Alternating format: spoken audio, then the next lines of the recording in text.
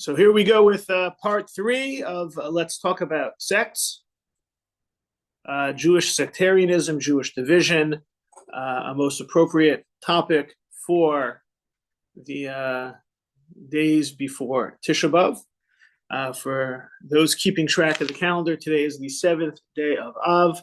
According to the Talmud, this is the day that the Babylonians were able to start entering the first Beit HaMikdash. It's a period of several days. The whole Tisha B'Av, this is the discussion about the Beit HaMikdash burning onto the 10th. So really the 7th is noted as the beginning of Tisha B'Av. Thankfully, no fasting yet. But that's why this morning we're going to be talking about some of the sects that came into effect and prominence in the rabbinic period. We're entitling it the Pharisees, Sadducees, and Biryonim, oh my. The idea of the Biryonim, we'll talk about them. They were zealots during the time of the destruction of the Second Temple.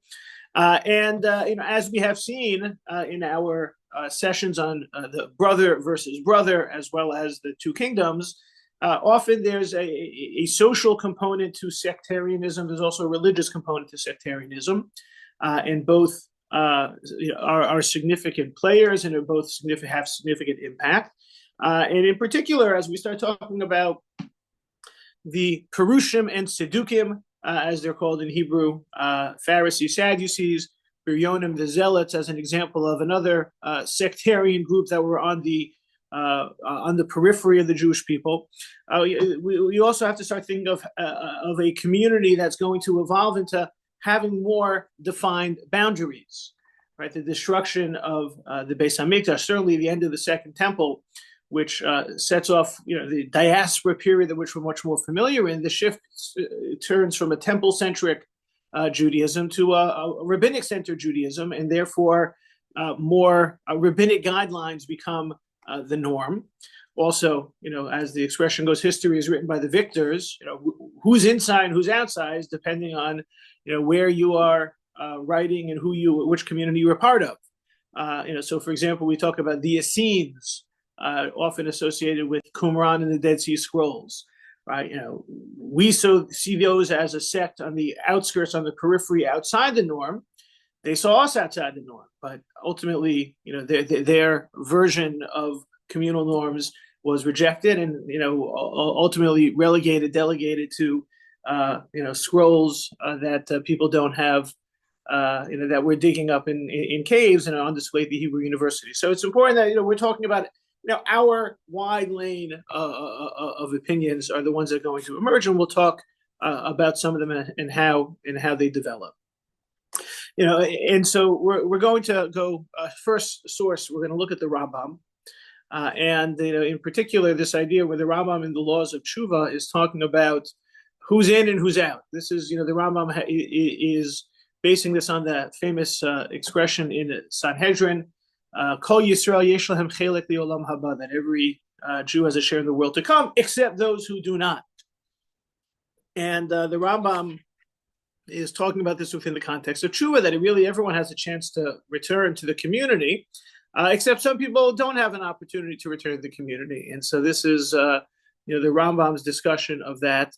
And one of the categories of those who's out are one who secedes from the paths of the congregation, haporish midarchei tzibur, one who separates. Although he committed no transgressions, but remains separated from the congregation of Israel, observes no commandments together with them, does not include himself in their troubles, nor afflicts himself on their fasts, but follows his own path as the rest of the people of the land, acting as if he was not one of them, has no share in the world to come. Right, so it's a very heavy statement that essentially you have to cast your lot in with the rest of the people. This means you can't break away. You're supposed to be part of the community. In general, Jews travel in packs. It's not an individualistic, solitary religion. It's meant to be celebrated socially. It's meant to be celebrated familially. It's meant to be celebrated congregationally and communally. And this has a whole host of ramifications, all sorts of discussions. The idea of we have Berov Am Hadras Melech, that the goal is for more and more people to come together. That's a supreme Jewish value, because one who doesn't want to participate that way is demonstrating for the Rambam a certain deficiency in Jewish communal involvement, which is problematic. And communities have changed over time, but the Rambam feels you have to lean in, cast your fate with the Jewish people. And but you notice that the Rambam clearly is writing in this kind of rabbinic criteria, right? Although he committed no transgressions, right? The person isn't necessarily breaking Shabbos or eating non-kosher, right? But as long as he is seceding from the paths of the congregation, it is not, which seems to be kind of a technical, a social element, but also a destiny component that sees themselves not as part of the travails and tragedies and difficulties of the Jewish people.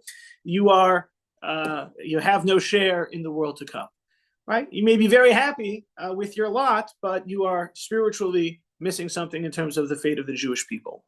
And so, where this break, we can trace this break back to, in terms of on the rabbinic side, we can look in Pirkei Avos, because Pirkei Avos is where we have the Moshe Kibel Torah Misinai, Umisaru Yoshua, right? We have the chain of transmission going from Moshe to Yoshua to the members of the Great Assembly, the Anshe Knesset Agdola, into the various rabbis. And we've talked about other aspects of chains of tradition. The Rambam has one in his introduction, very famously, Rav Sharira Gaon, from that Gaonic period, in the 7th through 10th centuries. Towards the end of that period, Rav Sharira Gaon lists all the generations, all the rabbis, all of the post-Talmudic academy heads in crafts of tradition.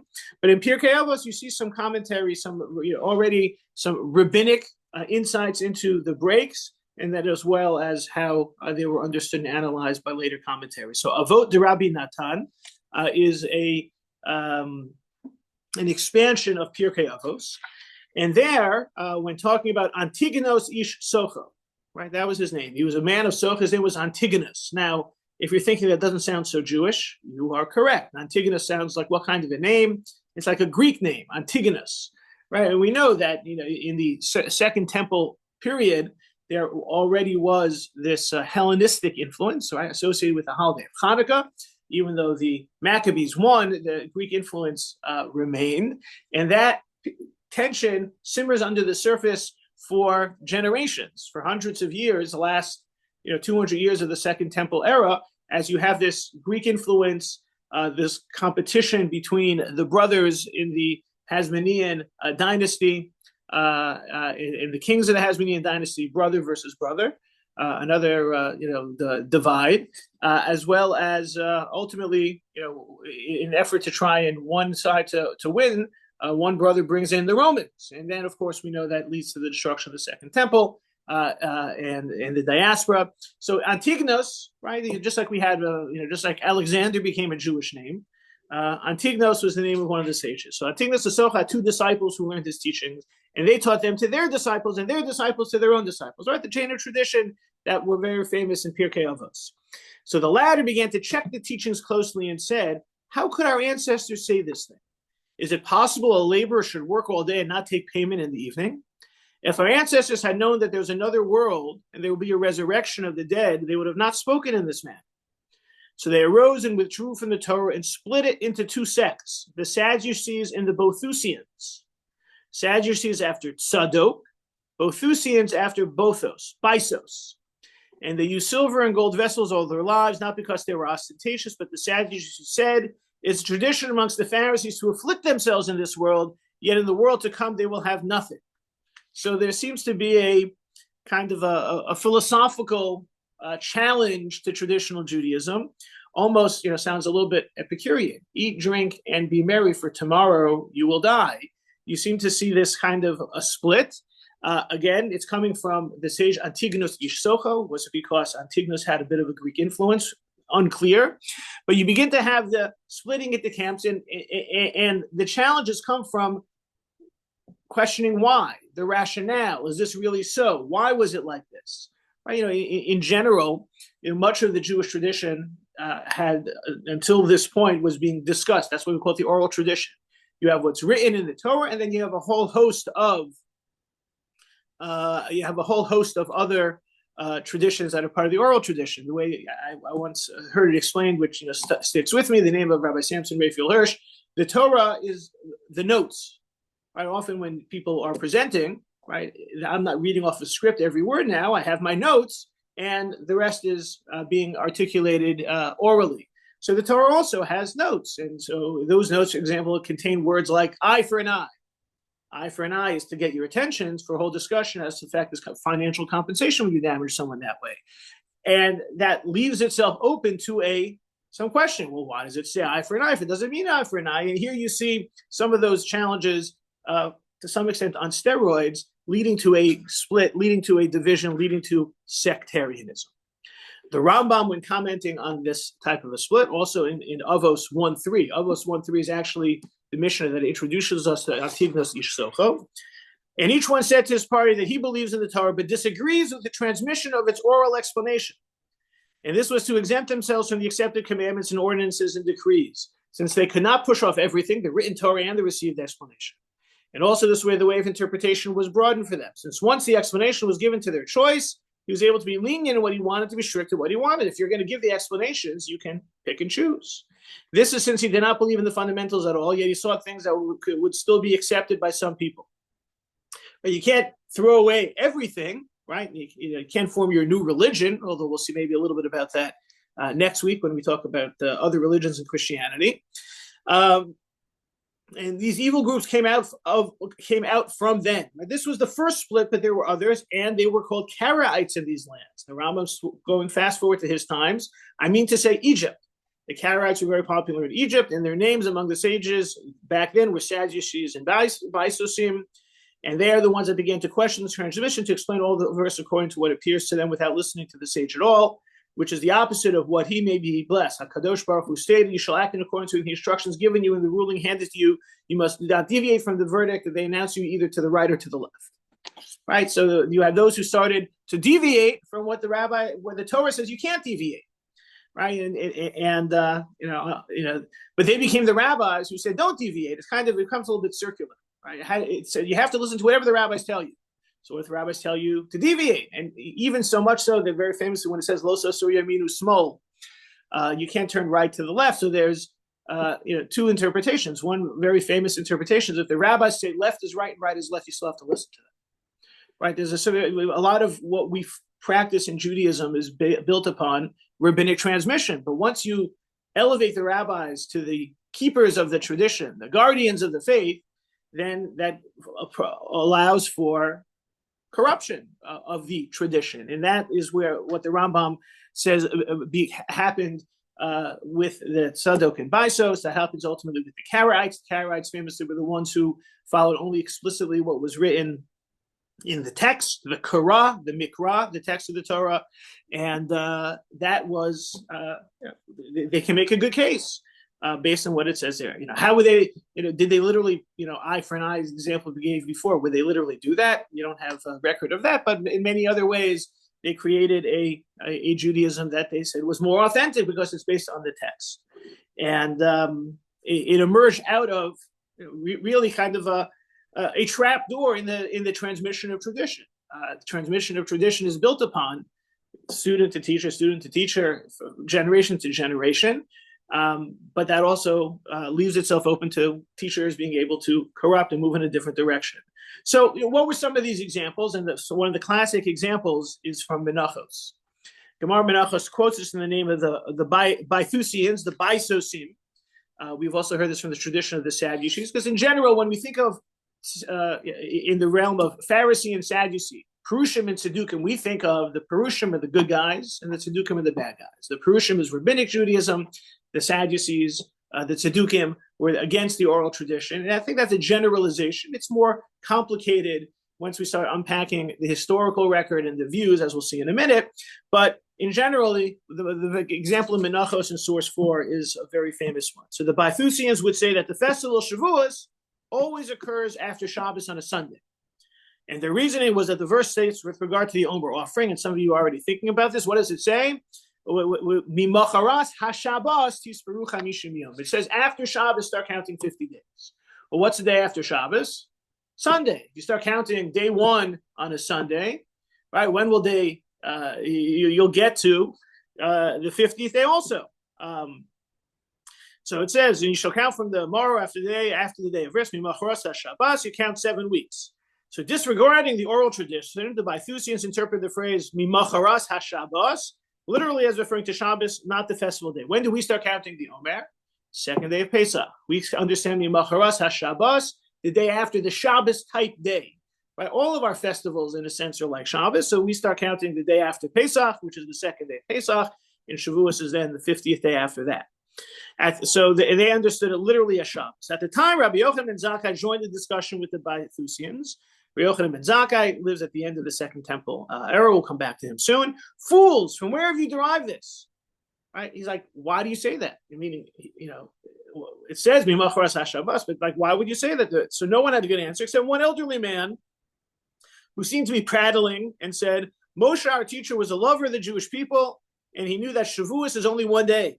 Therefore, he arose and established that after Shabbos, the Jewish people would enjoy themselves for 2 days, which is a very interesting, maybe even humorous argument, because it seems to be that Jews like 2 days of Yontif more than 1 day of Yontif.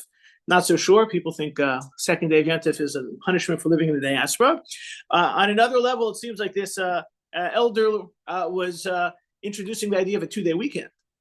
Which there is a lot of support for. And recently there was an article in Tablet Magazine about some of the rabbinic promotion of the 5-day work week and the 2-day weekend at the turn of the 20th century. Suffice it to say the rabbis wanted it so that Shabbos would become a day of rest and allow Jews to keep Shabbos. Ultimately, the success of the 5-day work week and the 2-day weekend probably had more to do with labor unions than the rabbis, but there was certainly a rabbinic push for that. So Rabbi Yochanan ben Zakkai says, we have a tradition, and you want to change that tradition. And the elder says, Moshe was giving everybody a 2-day weekend, a 2-day holiday, and that's what happened. Now, there can be it can be a decent reason, but that's not the traditional reason, and that becomes kind of the traditional challenges between Pharisees, Sadducees, between the traditionalists and the non-traditionalists. They have some ideas. Logical, philosophical speculation, but not tradition. And another example, this is famously found in the Mishnah in Yadayim. Yadayim is in the Seder Taharos, the last of the 6 orders of the Mishnah, dealing with purity and impurity. Not the most popularly studied, order because of its being less relevant. Much of the content being less relevant in contemporary times. But here we see the famous break between the Sadducees and the Pharisees. And the Sadducees showing their anti-traditionalist views, and the Perushim, the Pharisees, being more traditionalist. The Sadducees say, we complain against you, Pharisees, because you say the Holy Scriptures defile the hands, but the books of Homer do not defile the hands. Right? They're cutting to the core of what's considered Kodesh and Chol, what's sacred and what's profane, what's holy, what's secular. So there is an idea that you're not allowed to touch sacred writings, and if you do, your hands become tameh. The idea that in a way to keep people away from touching the scrolls of the Torah text, we say that if you touch it, your hands become tameh, and you have to wash them afterwards. This is the origins of the idea. If you've ever noticed in Ashkenazi Torahs where the Galila is rolled, you roll the scrolls together. Sometimes if the person who does Hagba opens it too wide, you roll together. There's a sagging of the scroll. And sometimes you have to lift up the scroll to get it back onto the roller so it closes nicely. And you may have noted that someone jumps in to try and lift the scroll, and they use their talus over their hand to try and hold it, and so they don't touch the scroll directly. This emerges from this topic in Jewish law. But the Sadducees say, rabbis, Perushim, the Torah is so holy, but that defiles. But you can touch the books of Homer, right? And it's interesting. The Mishnah talks about secular Greek wisdom. The Rabbi Yochanan ben Zakkai. You notice again, it's Rabbi Yochanan ben Zakkai who is the defender of the tradition. Have we nothing against the Pharisees but this? Really? Behold, they say the bones of the donkey are clean, yet the bones of Yochanan the high priest are unclean. It's like, why are you just talking about books? Talk about people. Right? We know that there's tumas mace, there's impurity for the defilement of contact with the dead. But you can come into contact with a donkey. A donkey is a non-kosher, tameh, impure animal, yet you're allowed to come into contact with the bones and you don't become impure. If you come into contact of the bones of a holy person, you are impure. they said to him, according to the affection for them, so is their impurity, right? The more you love something, the more it has the potential for impurity. So Shenoah should make spoons out of the bones of his father and mother.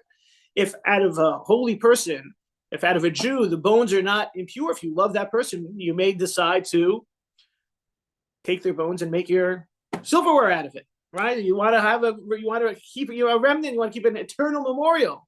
So therefore, we've said that the bones are impure to keep people away from doing that. So are also holy scriptures according to the affection for them, so is their uncleanliness. We love Torah, that's why it has potential for impurity. The books of Homer mean nothing to us, so we don't care if you touch them. So you see, it's a nice, repost in terms of how they're going back and forth. You could poke holes one way or the other, but you see that in general, the Sadducees, the Sadducees are there to poke holes, ask questions, challenge potential logical arguments in the tradition. Homer is not impure, but Torah can be impure. And the rabbis looking at it from a different type of a perspective, not necessarily just on the superficial level or on the logical level, but on an emotional, spiritual, traditional level as well.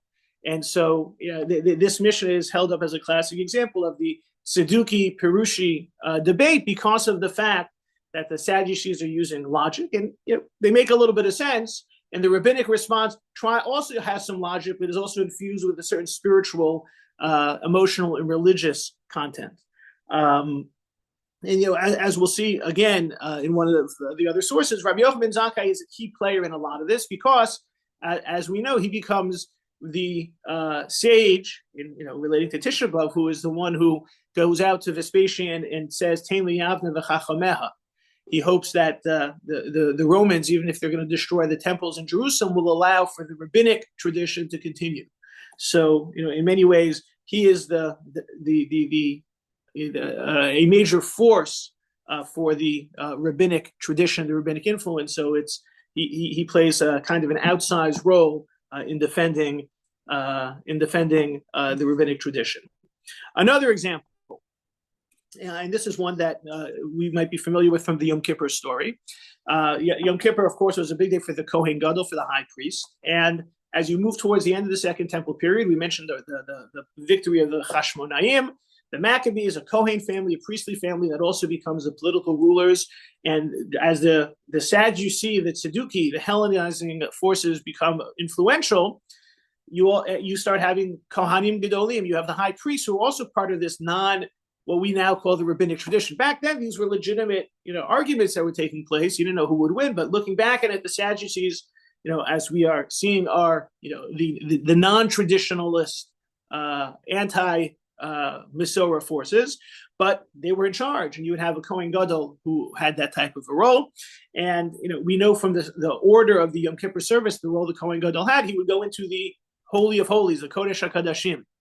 And I remember when first learning about this, and relate one of the big day kahuna it had bells on it, and so you hear the Kohen Gadol as he went through his activities and what he was doing, and there's the idea that going into the Holy of Holies it requires great solemnity and obedience to tradition. If you violate it, then the Kohen Gadol would die while performing the service, and you would know he died when the bells stopped moving. And there was also the idea, the Mishnah ties that there would be a rope tied to the Kohen Gadol, and that if he died, you'd be able to pull him out because you can't go in to get him because you can't go into the Holy of Holies. So this was something that was very much on the minds of the rabbis when recounting what would happen in the Yom Kippur story. And the Mishnah talks about how when the Kohen Gadol was preparing the night before Yom Kippur, he would be reviewing the service with the rabbis, and it says that they would cry and he would cry, and they would cry because they had to suspect him of being a Sadducee. And he would cry that they had to suspect him of being a Sadducee. There was kind of there was a recognition, there was a tension here. And I always, remember being a little bit, spooked by this idea that you could die if you do the Yom Kippur service wrong. Put a lot of fear of me to, trying to daven properly in shul, because I wish people had that much fear of the Morah Hamikdash, fear of doing the right thing in shul these days. So anyway, the Gemara goes into the discussion about what happened when there were Sadducee high priests. So source number 6, the sages thought there was an incident involving a certain Sadducee who was appointed the high priest who prepared the incense outside and then brought it into the Holy of Holies. This idea of burning of the incense, you would burn the incense in the Holy of Holies. The question is, when would you light it up?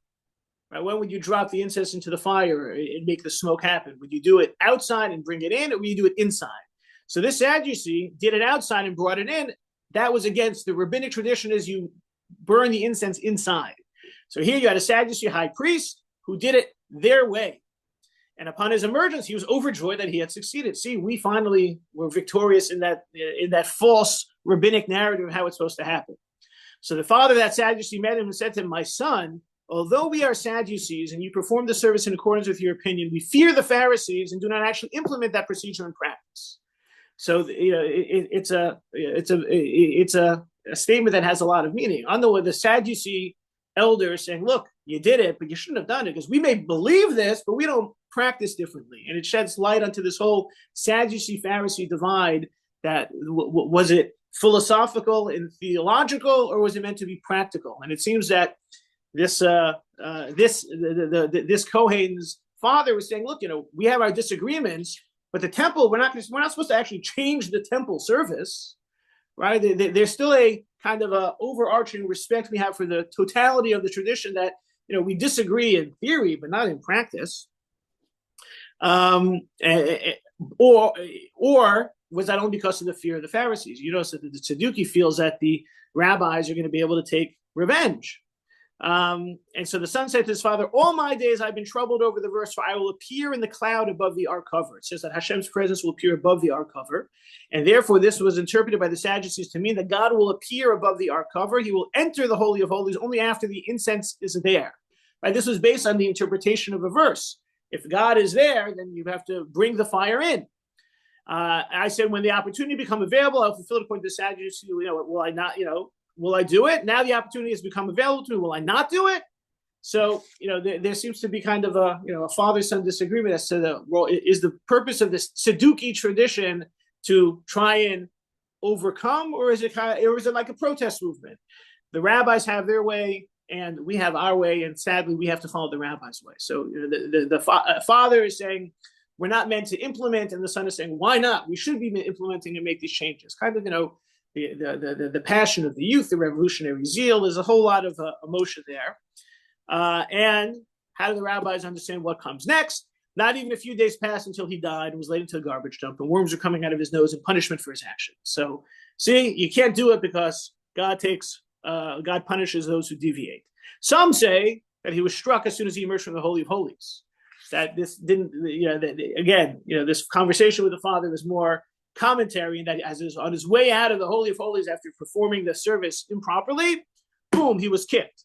A type of sound was heard in the temple courtyard as an angel came and struck him in the face, and his fellow priests came and removed him from there, and they found a likeness of a footprint of a calf between his shoulders as if he had been, kicked. You could kind of see a physical imprint of the divine punishment. And, so again, the Talmud, the repository of the rabbinic wisdom and rabbinic tradition, noting that the Sadducee implementation of their practices is immediately punished with the divine, obviously siding with our tradition. Right, and again, it highlights that the exchanges are there to point out that this was. There was a competition. This was the battle of ideas, potentially also a battle in practice. Now, this idea of the Pharisees, the Perushim, as being kind of always in the right. The idea that a Perushi, the idea of the word comes. Perush means interpretation, but Perush could also mean separate. So, is the Perushi, the Pharisee, is that meant to be more traditional and respectful of tradition, or is it meant to be more separate from the mainstream? Historians have argued in different ways in terms of that maybe the Perushim were the more elitists and the Sadducees were more populist, and this plays out also in terms of the history of the period when Christianity emerges out of Jesus. Right before there was Christianity, Jesus was essentially a Perushi. He was a rabbinic Jew more than he was the founder of a new religion. So the idea of Perushim is not necessarily without flaw, blemish, or a darker side. And we see in Sota 22b The sages taught there are 7 Purushim. There's more than one type of, there's more than one way to skin a cat. There's more than one Purushi.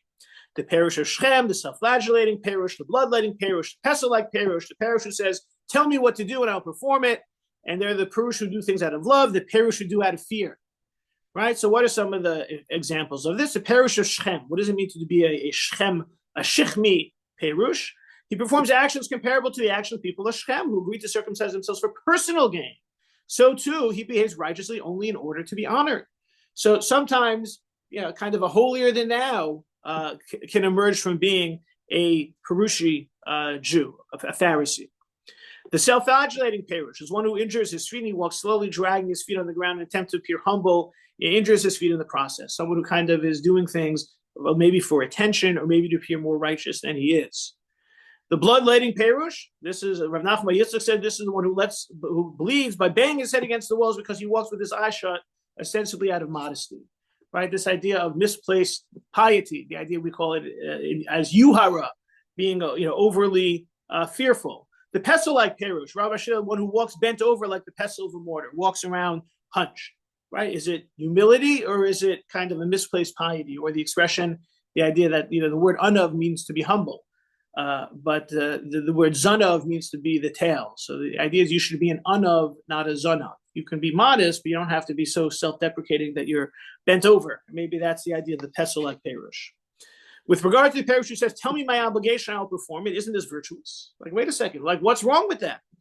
Right? Rather, it's referring to one who says, tell me what further obligations are incumbent upon me and I'll perform them, indicating he fulfills all his mitzvahs perfectly, therefore seeks additional obligations.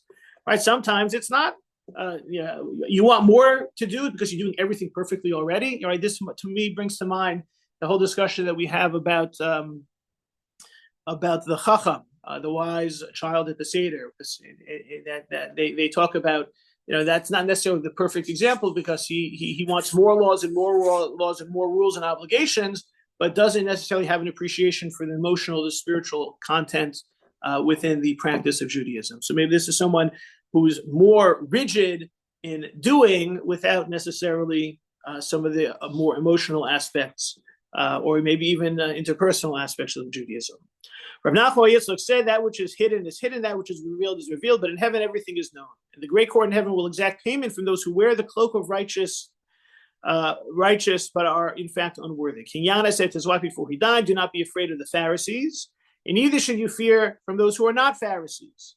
Rather, beware of the hypocrites who appear like Pharisees as their actions are like the actions of the wicked, and they request a reward like that of the righteous Pinchas. Right? So you have King Yanai, who's part of this, Yanai, again, a Greek name, and in the Talmudic literature, very much enmeshed in this Pharisee-Sadducee divide, pointing out that maybe both sides have deficiencies, and essentially, really, what you should be afraid you should be afraid of hypocrites. You want people to be putting their doing things l'shem shamayim, which is also part of the conversation in that Gemara in Sota. So this idea of not every Perushi, not every Pharisee, not all the Perushim are Tzaddikim, not all the Sadducees are necessarily completely Rishayim.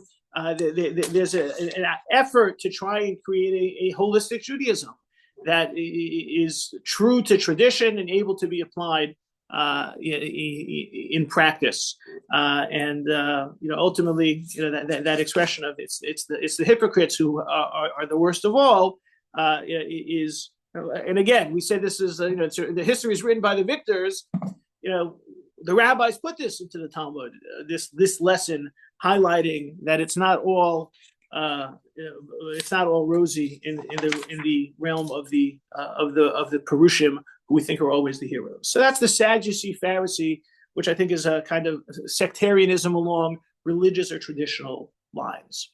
Let's talk about the Biryonim, the Zealots, which is very relevant to the Tisha B'Av story, as we'll see in source number 8 from Gittin 56, where the Talmud tells some of the stories of the destruction of the Beis Hamikdash and the rationales and the causes, and then take us into kind of how these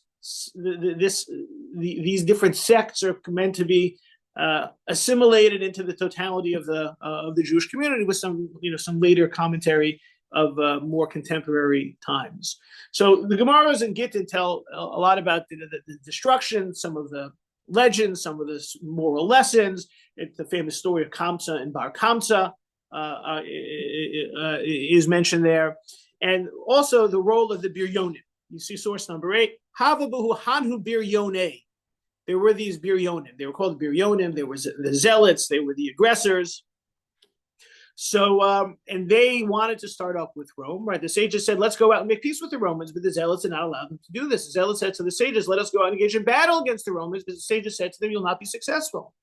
It would be better for you to wait until the siege is broken. In order to force the residents of the city to engage in battle, they arose and burned down the storehouses of wheat and barley. There was general famine, right? If they run out of food, you have no choice but to fight. So the Gemara then tells the story of Marta bat Baitos. It was one of the wealthy women of Jerusalem. Marta, right? But what's interesting is who's she the daughter of? Baisos. Within this discussion of creating or recreating the historical narrative of the end of the siege of Jerusalem, we have the Biryonim, and then we also have the Baitusim making an appearance through the person of Marta bat Baitos. So she was one of the wealthy women of Jerusalem. So she sent out her agent and said, look, they burned all the food, so the supply is down, the demand is high, prices are going up, right? So she said, get out and get me some flour. By the time he went, the flour was sold. He came back to her and said, there's no fine flour, there's ordinary flour. So she said, go get the ordinary flour. By the time he went, it was also gone. Now, kind of interesting that he couldn't just buy what was there, but I guess the Gemara wants to add a little more drama to this story. So go get me coarse flour. By the time he went, the coarse flour was sold. He said, there's no coarse flour, but there's barley. She said, go get barley flour. Barley flour was sold out. So, this is getting a little ridiculous. She said, I'm going to go out myself and I can see if I can find something to eat. She takes her shoes off to go outside. The shoe, now we talk about shoes, a shoe-free home. Back then it was, you wore your shoes inside, but not outside. And she went out and she goes out and she steps on some dung and she was overcome by disgust and she dies. Right? It was too much for her to handle. So those that say she didn't step on the dung, she ate a fig of Rabbi Tzadok and became disgusted and died. So somehow she was too delicate for the difficult conditions that she was encountering in Jerusalem, and she does not survive. So either it was the dung and the disgust, it was the fig of Rabbi Tzadok. And what were these figs? So there was this Rabbi Tzadok who was a righteous person, named Tzadok. He's a tzaddik. He fasted for 40 years, praying Jerusalem would not be destroyed. He became so emaciated that he wouldn't be able to eat that much, because if you fast for so long, you can't start eating a lot. So he would just eat a little bit, and he would eat just a fig, and he would suck the liquid out of the fig and cast it away. And Martha found one of those cast away figs, and she ate that, and that also was, whether it was an illness or whatever it was, she passes away.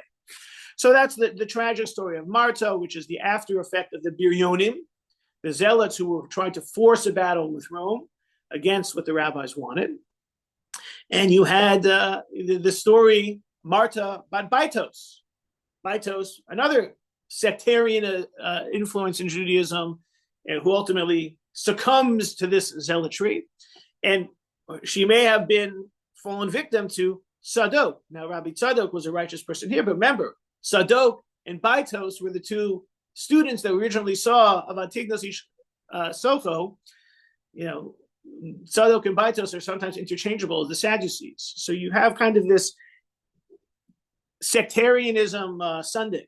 You have mishmash. You have a scoop of vanilla, chocolate, and strawberry. You have the Biryonim, the zealots, who are being aggressive in forcing the Jews to fight the Romans and ultimately be defeated. A kind of an interpersonal sectarianism, a communal sectarianism, and you have within this story also the spiritual religious sectarianism making an appearance of both Baitos and Tzadok.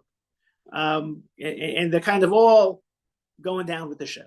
And so again, and this is a story in the Gemara. It's an agadata. It's not one of the the legal lessons, but we seem to the destruction of the Beis Hamikdash is also marking an end of this or the defeat of the sects. So one other piece here that we're talking about the zealots. So it says that Abba Sikra was the leader of the zealots.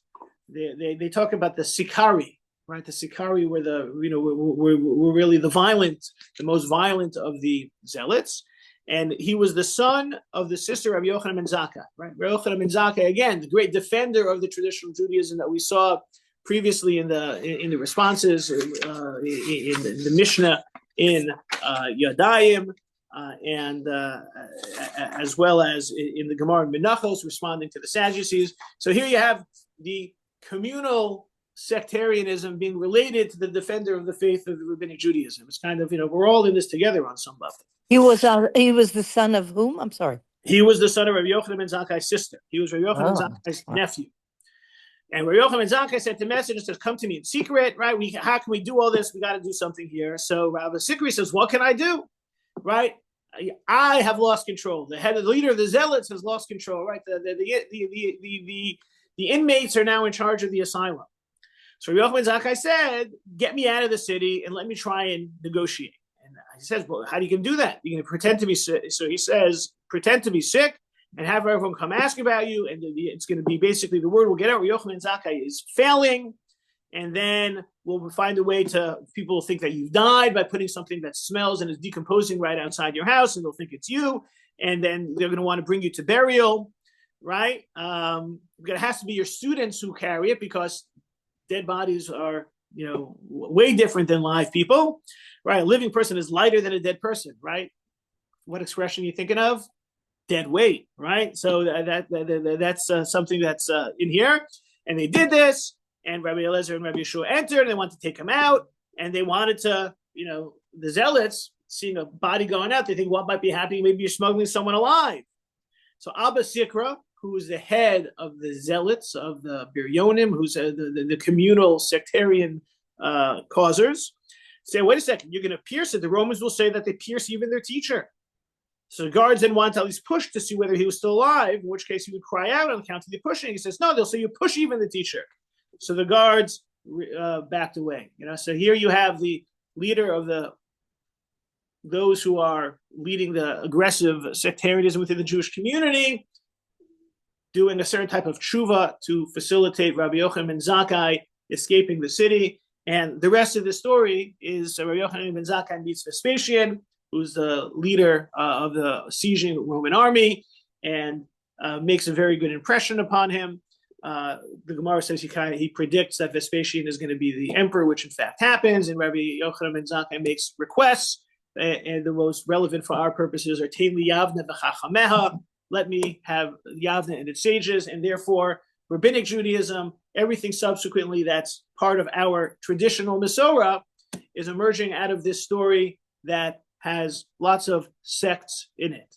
It has the Biryonim, it has the Sikari, it has Baitos, it has Tzadok, and ultimately we have the survival of the tradition. There's definitely a lot here literarily to unpack, and spiritually, religiously, historically to unpack. Now, how do we respond to these groups? So very famously, Gemara in Brachos says, when it talks about the Shemona Esrei, well, the Shemona Esrei, the prayer we say every day, has 18 blessings, doesn't have 18 blessings, it has 19 blessings. So source number 9, Rabbi Levi said the blessing of the heretics was instituted in Yavne. Birchas Haminim.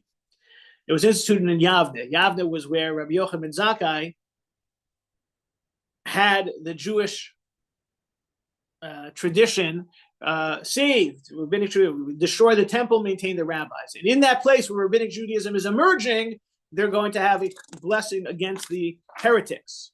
Question is, who are the heretics? Who are the Vlamalshinim? Who are the slanderers?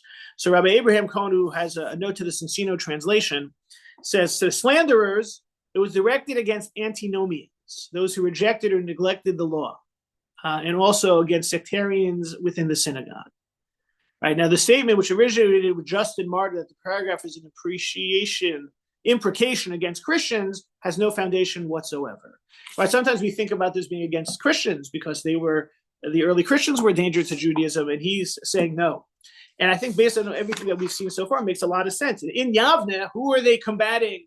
The existence of Yavne was to rebuild a Judaism in a rabbinical traditional stage after all of the battles and the sectarians and the fighting that culminated in the destruction of the second Beis HaMikdash. And so that essentially that blessing that we add, V'lam al Shinim, is a testament to and a hope and a prayer for the continued strength of that tradition as opposed to the sectarian tradition. Now, as we know, we don't have the same level of Sadducees anymore, but Rambam talked about the Karaites, 1,000 years later. We still know about the various sects and divisions within Judaism that most of the time you're either in or you're out. But as you get to the modern era and you have the different flavors and versions of Judaism that emerge, whether it be kind of the philosophical of a Spinoza, or you start having different denominations that emerge in the 19th and 20th centuries, how does Judaism relate to them? Right? We still have our Verlam Alshin blessing, which is to stand and hope for the classical Judaism, the traditional Torah rabbinic Judaism that we all know should succeed and the sects should fail. But let's face it, that traditional Judaism is a lot smaller than the non-traditional Judaism. And this became, especially relevant in the modern era, in the post-Enlightenment era, certainly till today. So one of the first to deal with this was Rabbi Yaakov Ettlinger. What do you do with the non-observant? The non-observant, you don't have the communal control over the non-observant that you used to. How are you supposed to relate? So he says, but until now, source 11, we spoke according to the letter of the law, but I do not know how to relate to those who sin today. Due to our many sins, the majority who desecrate the Shabbat do so as it has become permitted to them. Right? Some go to shul and daven, go home and make kiddush, and then go and violate biblical prohibitions of Shabbat. And what are their children that have never even heard of the laws of Shabbat? Therefore, it makes sense to me that one who is stringent not to touch non-pasteurized wine touched by these sinners will be blessed. There's room to be lenient upon whom to rely. He's talking the specific halachic question had to do with wine. Right? Much of kosher wine is mevushal, technically pasteurized or cooked, so therefore it doesn't have a problem of who touches it. Because of the problem of yayin nesach, of non-Jewish sacramental wine, you have to be an observant Jew to touch wine in this preparation process, but if it's mevushal, it's considered lesser quality and anyone can touch it. So Rabbi Ettlinger was up, what about Jews today who are touching, and back then the non-pasteurized, the pasteurization, the mevushal that we have today was less prevalent. So what about, you have a Shabbos table and someone who's not observant touches your wine. And he basically saying we kind of, have lost the battle of keeping everyone in a traditional camp. People just don't know anymore. So therefore, yes, the rule is on the books, but you can, people who are not observant are not necessarily enemies of Judaism, the way you had when you had the classic battles of sectarianism of Tzdukim and Perushim and Biryonim and Kanayim and everything like that.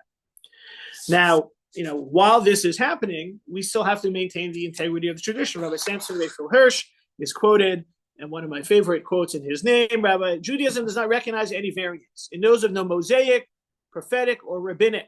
And if no Orthodox or progressive Judaism, it's either Judaism or it is not. Right? And this is, the idea that, we have our tradition. That's why, we skip a source 15. Orthodoxy is exclusive of other Judaisms.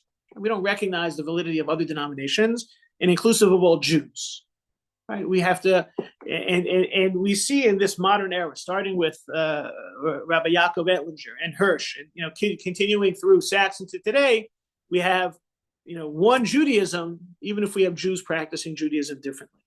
And this was something that through the 19th century and into the 20th century, rabbis were trying to figure out how to deal with it. Rabbi Moshe Sofer in Source 13 was talking about when the Jewish communities were still fairly independent, had certain the ability to control their own communal affairs. But what was happening as the non-traditional Jews were starting to outnumber the traditional Jews, how do you maintain a united community? And Rabbi Moshe Sofer, the traditionalist, from Hungary, so you're talking about, the 19th century, a little bit, older contemporary of Hirsch, is, it would be great to separate. But, as he says at the end, all this appears to me as halacha, but not in practice. In absence of permission and authorization of the government. Without this permission, my word should be void and accounted as non-existing. Yeah, you want to kind of write off the other Jews, that would be helpful, but back then the Jewish community needed the authority of the government to set up independent communities, and Rabbi Sofer did not have that forthcoming in his part of the world, and therefore said, look, we're kind of stuck together. Now, it happened to be that Rabbi Hirsch did get the permission of the German authorities to have his Auschwitz, his separatist community, which we could a subject for deserves its own attention. But you see that it would be there's a certain idyllic situation when we can control our own affairs without the influence of others. And that's, the way Rabbi Moshe Sofer is addressing it. And again, he had a much more traditionalist orientation, rejectionist of modernity and the like. Rabbi Naftali Tzvi Yehuda Berlin, who was writing, towards, the end of the 19th century in Eastern Europe. And he was addressing, in a very famous responsum in his Meshiv Davar, those who were continuing to argue along the lines of Rabbi Moshe Sofer that we should separate. And he says, the author suggests that the only way to remain vigilant is to separate from those who are bad influences, the same way Abraham separated from Lot. With all due respect for the author, the suggestion is a sharp sword in the heart of the Jewish people in its continued existence. The divisions of the Jewish people, such as the disputes between the Sadducees and the Pharisees, led to bloodshed and places hatred. This could happen, God forbid, in our times as well, which it has. Especially in our times, when the Jewish people are dispersed throughout the diaspora, the Jewish people have no recourse other than to remain Tzur Yisrael, the rock of Israel. We must be united as one, that the nations of the world will not be able to destroy us. How can one say that one Jew should separate from another? Right? The idea, I wrote about this past Shabbos, the idea that we talk about unity a lot, and unity might be what he means by Tzur Yisrael, but let's face it, it's not uniformity. We have all types of Jews who are doing all sorts of things. Some we agree with, many Jews who do things we disagree with. So, Rabbi Naftali Tzvi Yehuda Berlin, the Netziv is a voice more in the line of trying to, how do we hold on to the Jewish people, even if people are doing things differently? And so he concludes, but bottom line, if we truly wish to strengthen Judaism, there's only one thing that we can do, right? Torah study. Doesn't matter if it's for the right reason or the wrong reason, is for God to determine, not us. Those who study Torah will increase and will recognize that Torah study is helpful for the future of the Jewish people. You're not going to be able to get Jews to all do the same things, but if we study, use that as a baseline. Go back to the sources. Let's look at the source. It says keep the Shabbos, so we keep the Shabbos. So some Jew says, I don't want to keep the Shabbos. Okay, but at least we had the common discussion around the text. And I think that's, again, Rabbi Sachs's effort that, yes, this is the exclusive Judaism, the traditional Orthodox Judaism, but finding a way of making inclusive of all Jews is a continuing of that Netziv tradition, more open and trying to be inclusive of all Jews in the Rabbi Moshe Sofer, or even the Hirschian condition, recognizing the reality that Rabbi Ettlinger mentions already in his time, certainly which has become more so today. So we've seen the idea of a primary directive is to remain part of the community. We've seen that in some ways, there was a struggle to define the community, and we saw it play out with Sadok, Baisos, Sdukim, Perushim on the religious and traditional sphere. We saw it play out with zealots and the Biryonim in the communal sphere, and we've seen that, especially as that challenge has increased in modern era, the idea of separating or leaning in as being different responses. Ultimately, I think that there's a lot to be said that we make the discussion around the sources, even if the behavior turns out differently, there could be one way of uniting people together, especially in light of, they talk about Tisha B'Av, Sinas Chinam, destroy the temple. So, we're looking for Avas Chinam. Right, it's not so easy to love all Jews and bring them all to one place. But if we're Tzur Yisrael, one people, like the Netziv says, and recognize that that's that common denominator, regardless of the unique implementations or applications or actions of Jews, that could be something that strengthens our community in times where we so desperately need that common ground. Wishing everyone a meaningful Tisha B'Av, and hopefully we'll be able to engage in the Nechama very soon and pick up next week.